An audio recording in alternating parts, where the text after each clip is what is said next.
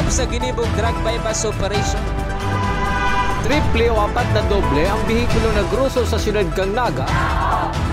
Mas complain ng police station kang Naga City Police Office. Newsbreak. Sa headlines kan mga barata, mga taga-barangay Concepcion Pequeña, siyudad kang Naga, dinangog ang mga plataporma kang sa indama kandidato sa barangay. Mga persons deprived of liberty sa Naga City District Jail. Maboto ngunyan eleksyon sa barangay asin sangguniang kabataan. Blue alert status isinugo kang Regional Disaster Risk Reduction Management Council sa Bicol ngunyan na barangay election asin undas. Kandidatong barangay kagawad sa Masbate City, gadan sa shooting incident. Diyos marhay na hapon. Ako si Mark Mendoza. Asin ako si Antoinette Eduardo. Kami ang sa indong tagapagatud Bareta. Nakua kan organizer kan political forum sa Barangay Concepcion Pequeña, Siyudad ning Naga ang sa indang pinagmamawot na maipabisto kan mga kandidato ang sa indang sadiri sa mga residentes kan nasabing barangay asin maipaabot ang sa indang mga programa na gigibuhon sa panahon na sinda ang mangganang unya na eleksyon. Susog kay Father Mark Rial, ang kora paroko kang Immaculate Conception Parish, nagsimbag man subuot ang mga kandidato sa kahaputan na pinagpreparar kan mga panelists kan nasabing political forum. Katuyuhan ni man na magpabiristo, dangan magpaabot kan sa indaman ng mga plano, nautop man ito. Tapos may mga panelists kami na naghapot sa inda kung mga key issues, as in nakuwata man si mga, nadaong naman si mga opinion, si mga pagsirimbag nila. Padagos pa sa mga bareta, mga botante may kanya-kanyang paagi para bistuhon asin pinagmamawot na gibuhon kan mga kandidatong sa indang gustong botohan. Ramon taman ang kompletong details kan sa report ni Christine Alcanzo Reyes. Sa papaabuton na SK asin barangay election, saro lang ang obheto ka mga botante sa pagpili. Iyo ang may puso sa pagbabago asin pagkiging totoo sa tataramon kan mga madaralagan. Para kay Mary Joy Tablate para tinda sa City Hall, hagad din nangunyan sa mga kandidato iyo ang aksyon. Sa SK po, ito yung mas matututukan ang pagmayong klase para sa mga kabataan, kung basketball. Tapos mas gusto ko po itong mas ma-enhance kang maaki ang talent ninda, mas mailuwas pa po. Ang natututukan po kaya kung basketball, itong volleyball, laro po kaya. Dagdag pa ni na Edgar Batchayda para tinda ning Mami asin Ferdinand Mendez, residente kan Concepcion Pequeña, kaipuhan ninda ning leader na kayang gampanan ang tungkulin asin honesto sa indang ginigibo. Ang hinahanap ko sa mga SK, mga opisyalis na nagkakandidato, sana magampanan nila yung tungkulin na pinagsumpa nila sa taong bayan. Yun lang naman, yung active sila palagi kung ano ang kailangan ng mga barangay, ng mga opisyalis na nakakataas. Dapat sumunod yung mga kabataan ng mga opisyalis. Dahil yun ang nararapat para sa ikakaunlad ng ating bayan, ng ating barangay. Yun lang po. Siyempre dapat yung honesto, matinabang sa mga kapwa niya kabarangay. Dahil difficile hanapon. Yun lang siguro. Sa Oktubre 30 nagigibuho ng SK asin barangay election. Hastang ngunya na aldaw nagpapadagos pa ang kampanya kang mga nag-aaspira sa indang mga barangay. Para sa One Media TV 48 Naga, Christine Alcanzo Reyes, Newsbreak. Sa iba pang bareta, mga persons deprived of liberty sa Naga City District Jail tatawan pagkakataon na makapagpartisipar ngunya na barangay asin sanggunian kabataan election. Ang detalye sa report ni Melvin Machado. 65 na persons deprived of liberty kang Naga City District Jail male dormitory asin 13 hali sa female dorm ang nagrehistro para makapagboto sa barangay asin SK election sa Oktubre 30. Personal na kagustuhan subot ini ka mga PDL na digdi na sinda magrehistro asin magboto. Susuki Jail Chief Inspector Jerome Guerrero kang Naga City District Jail male dormitory may pinagdesigna ra sidang magiging polling precinct na gagamiton sa aldaw kang pirilian. Ito pong ating special polling precinct, yung TCMP Hall na dyan po buboto ang mga PDL. Unlike po dati nasa itong New Pinology Building, lumipat po tayo sa open area dito sa TCMP Hall. Yan po ang magsisilbing special polling precinct nila. Tatawan man yung pagkakataon na mga kandidato kang Barangay del Rosario na may paabot sa mga PDL ang sa mga plataporma di gobyerno basta makapagpaaram lang tulos sa opisina kang Naga City District Jail. At least 3 days lang naman po na o 72 hours na makapag pa-acknowledge dito sa jail na magkakandak sila ng in person or either pwede rin naman po na virtual na pagkakampanya. Ang pagboto ka mga PDL ang patunay na padagos na pinagbibisto kang estado ang sedang derecho na makapagpartisipar sa sarong ehersisyo politikal. Para sa One Media TV 48 Naga, Melvin Machado, Newsbreak. Padagos sa mga bareta. Kinumpirmar ni Police Senior Master Sergeant Toby Bonggon, tagapagtaram ka Naga City Police Office, na mayo man sindang nariresibing sumbong hali sa mga kandidato na nakakamati nin panghaharas, ngunya na nagpapadagos ang karampanyahan. Solamenteng mga patarom na bitbit ka nagkapirang persona ang nakukumpiskar kan PNP sa panahon kan election period.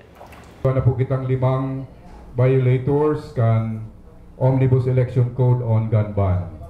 Specifically, dahil po sinda na dakop sa ginigibutang COMELEC checkpoints, kundi sa pag-responde kang pulis, na iko sindang patarom. Mga deadly weapons, 5 po yan na insidente, 5 man po ang arrested, and gabos po yan, case 5. Yeah. Sa tuya po ginigibong COMELEC checkpoints, igwa na po kitang so far 258 checkpoints digdi sa Naga as of yesterday.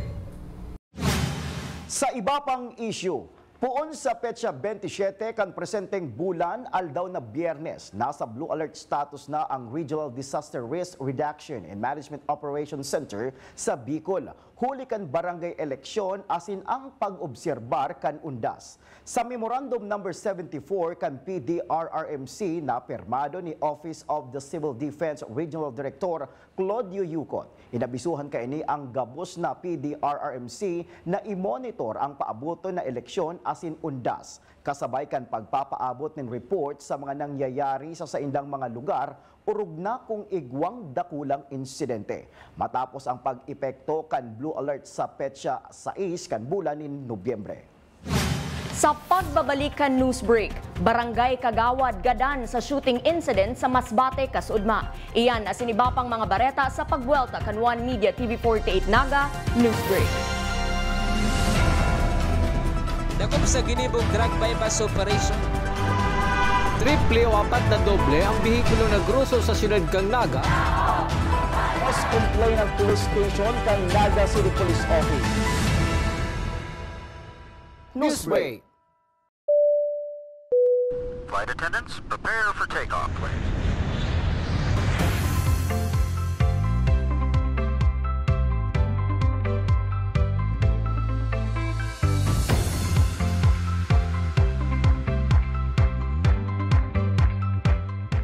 Slip life vest over your head. Take the tape around your waist.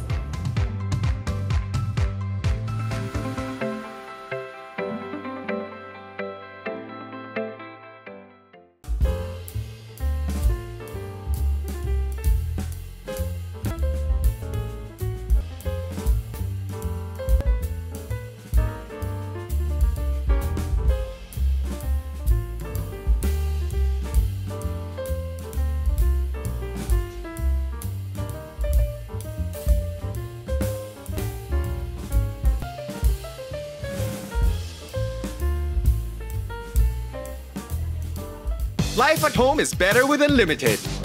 Unlimited fiber all day, day, day. Unlimited entertainment all the way. Unlimited goals for the family. Unlimited cares so the fams all Enjoy all these for just 1,399 pesos. have it all, have it all. Get the PLDT Home Fiber Unli All 1399 today. Apply now and have it all, have it all.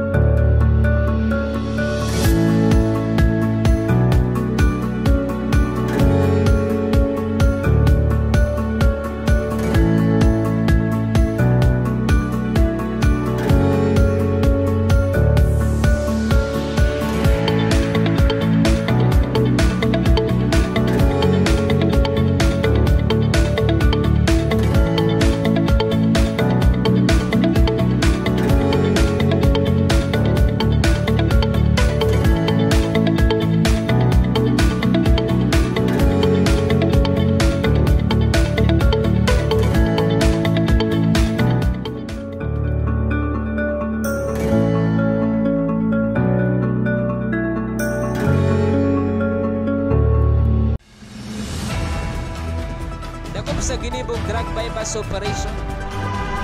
Triple o 4 na doble ang bihikulo na gruso sa siyudad kang Naga. Mas complain ng police station kang Naga City Police Office. Newsbreak. Sa pagpapadagos kan mga bareta, 2023 Bicol Cooperative Congress na pinagibo sa syudad ni Naga kan nakalihis na semana, nakahamanin mga solusyon sa problemang inaatubang kan mga kooperatiba. Uya ang sakuyang report. Positibo si naging resulta ka nagtapos na Bicol Cooperative Congress 2023 na ginibo sa syudad ni Naga ka nakalihis na semana. Inina subutan may pinakadakol na kooperatiba na nagpartisipar sa tauna na Cooperative Congress sa rehiyon. Digdi man natukar ang mga problema kan mga kooperatiba, urug na sa compliance kan mga rekisito sa Cooperative Development Authority. Asin mga solusyon na pinag-introdusir sa SEINDA. Kabali na digdi ang Big Brother system na i-implementar sa syudad ni Naga. Number 1 is yung Big Brother system. Ang ibig sabihin po niyan, yung malalaki at successful na cooperatives, nag-a-adapt sila ng maliliit na kooperatiba para po i-guide sila. Yung pangalawa po, nag-design kami na yung mga, halimbawa, Naga City Cooperative Development Council, nag-iikot po ang council para po tulungan yung mga kooperatiba, lalo na yung mga, kumbaga, nahihirapan sa pagdating sa compliance. Sa masunod na mga aldaw, iluluwas subot ang bagong kasuguan kan Cooperative Development Authority na makakatabang sa mga saradit as sinasasakitan na kooperatiba. Iniiyo ang merging kan mga kooperatiba. May ilalabas na bagong mandato ang CDA. In-announce po ito ni Yusek Encabo na magkakaroon ng mga mergers ng mga cooperatives. So ibig sabihin, yung maliliit na medyo nahihirapan pero willing sila na mag-join sa isang malaking kooperatiba, imi-merge po sila sa isang surviving cooperative. And pag ginawa po nila yon, may incentive si CDA sa kanila. May tulong na financial na gagawin. Mientras tanto, kabali pa sa pinag-urulayan iyo ang pagpapakusog kan bamboo industry sa rehiyon. Para sa One Media TV48 Naga, Antoinette Eduardo, Newsbreak. Mientras tanto, ang probinsya kan Sorsogon ang masunod na magiging host kan Bicol Cooperative Congress na gigibon sa masunod na taon. Susog ko Mr. Ronald Rodriguez kan Bicol Cooperative Congress 2023, naglalaom ang Sorsogon na malalampasan ninda ang bilang kan mga partisipantes na nag-atindir digdi sa syudad ng Naga.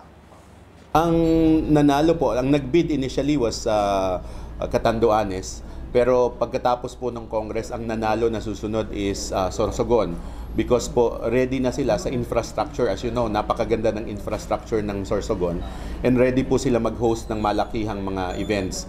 Ang sabi po sa akin ng mga taga Sorsogon, tulungan nyo kami sir, pero we want to make sure na lalamangan namin yung nagawa nyo dito sa Naga. So, kumbaga na-raise talaga natin yung bar ng paggawa ng Bicol Co-op Congress. Sa police report, padagos ang ginigibong investigasyon kan Masbate City Police Station sa nangyaring shooting incident kasudmang Domingo sa barangay Maingaran, Masbate City, kung sa insarong nagkakandidatong barangay kagawad ang pinagbawian in buhay, asin sarong barangay kapitan ang nairido. Sa social media post kan Masbate Police Provincial Office, nakiulay si Masbate PNP Provincial Police Colonel Rolly Albania sa mga kandidato, asin sa mga suportadores na maging kalmado o rugna sa mga venue kan sa indang pangangampanya para maiwasan na magkasabay kan sa indang mga kapareho kandidato. NCF Tigers as in NCF Cubs ginana ang huring kawat sa elimination round kan Bukal Season 5. Aramon taman ang kompletong details ken sa report ni Kayla Kasulya. Pinanunin mga taga-suporta ang Ateneo Gymnasium sa huring semana kan elimination round sa nagpapadagos na Bukal Season 5. Nagpahiling tibay ang manlain-lain na eskulahan para makalaog sa quarter-final round. Nasungkit kang Ateneo Junior Golden Knights, NCF Junior Cubs, ACC Green Serpents, ACLC Hawks, NCF Tigers asin iba pa ang kapangganahan. Now Bernabe passes to Vargas. Seconds on shot clock, goes inside. Gets that two-pointer plus a foul. And the Tigers into the hands of Sablaon. Bang! Three-pointer! Last 1 minute. Passes to Solomon. Solomon tries again for that three. Part of this basketball league and commentating on this basketball. Peña Redondo on that corner for 3 at makakakuha nga ng 3. Jersey number 23 on the inside. Good play there by Todo suporta man ang ipinahiling kan NCF community sa bakbakan kan NCF Tigers asin UNC Greyhounds. Pati ang bakbakan kan NCF Junior Cubs asin Mariners Blue Dolphins. Sa huri, nasungkit kan NCF Tigers ang kapangganahan sa score na 92-69 asin kan Junior Cubs kontra Mariners sa score na 71-43. Guys, napakagandang pasa there by Narvate for that 2-pointer. Last 1 minute. Now Bernabe passes to Vargas. Tina sa Sablaon. 3-pointer. Bang! Sablaon, a 3-pointer. Handa naman ang Tigers na ipahilingan sa Indang Tibay sa papaabuto na quarter-final round. Ready na po kami sa tingin ko. Mas gutom na Tigre po ang yung makikita and mas hustle, mas masipag, and yung puso po sa laro, di po yun maniniwala, and ay di po yun mawawalain yung attitude. Siyempre yung discipline po, yun lang po. Binabisto na best player of the game si Medwin Don Ariate kan Seniors Division. Dakula manan sa indang pasasalamat sa padagos na suporta kan NCF community. Sa buong NCF community, kay Pres Mario, sa family nila, sobrang thankful po. Abangan ang quarter-final round sa November 11 and 12 live sa Bukal Facebook page, One Media TV48 Naga asin Oragon Sports TV. Para sa One Media TV48 Naga, Kayla Casulya, Newsbreak. Sa iba pang bareta, Be Informed 2.0 nagtukar kan tamang paggamit kan social media asin ang paabuton na eleksyon sa barangay asin Sanggunian Kabataan ngunyan na Oktubre. Ang detalye sa report ni campus correspondent Franz Lanuzo. Be Informed 2.0, sarong seminar na pig-organisar kan the Rotaract Club of Naga, the Democrat asin Rotaract Club of Ateneo de Naga University pinaggibo sa Jesse Robredo Museum. Pinaggibo ka nakaaging Biyernes sa museo ni Jesse Robredo Amphitheater, Naga City ang sarong seminar na pinag-atendaran kan mga student journalist asin student leaders kan manlain-laing eskwelahan. Ang nasabing seminar ginibo para mas maintindihan kan lambang saro ang importansya kan pagsuri nin tamang kaaraman, lalo na sa paggamit kang media asin man sa papaabot na eleksyon. Sigun kay Belle Ashley Makalintal, ang overall chairperson kan Be Informed 2.0 asin miyembro kan the Rotaract Club of Naga, sa paagi kang seminar na ini, maipapaabot ang paglakop kan tamang impormasyon sa kada sarong nagagamit kan social media, pati na ang traditional media, arog kan newspaper. Merong mga tao that are not privileged enough to use social media.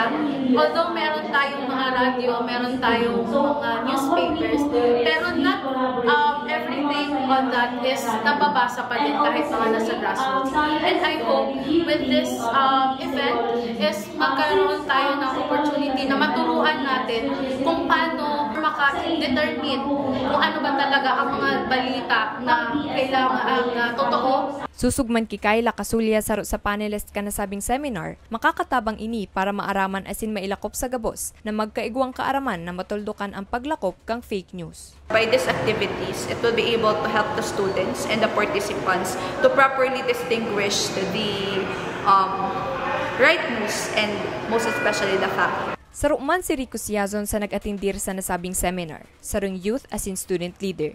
Sigun sa iya, importanteng maray ang magbali sa arog kaning seminar para magkaigwang kaaraman sa sadiri sa pagpili nin tamang impormasyon asin maipasa ini sa gabos. As a student leader po, this is very crucial to attend such seminars, seminar workshops, especially lectures, to assess and to help ourselves self-development and to re-echo it to our communities po.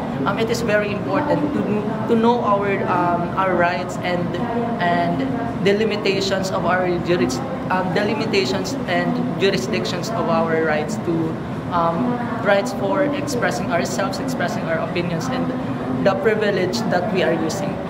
Para sa One Media TV48 Naga, Franz Lanuzo, Newsbreak. Asin yan ang mga bidang baretang nakalap kan mas pinakusog na puwersa kan One Media TV48 Naga News and Bicol Affairs. Dahil malingaw na i-follow ang samayang official Facebook fan page One Media TV48 Naga. Ako po si Mark Mendoza. Padagos kaming mahatod din mga baretang garantisadong nangingenot as sinapapanahon. I-hit ang subscribe button sa Samoyang official YouTube channel, One Media TV 48 Naga, tanganing updated kita sa mga bareta as sinistoryang bida. An Bicolano. Ako si Antoinette Eduardo asin ini an One Media TV 48 Naga News Break. Dakop sa ginibong drug bypass operation. Triple o apat na doble ang bihikulo na gruso sa siyudad kang Naga. Mas complain ng police station kang Naga City Police Office. Newsbreak.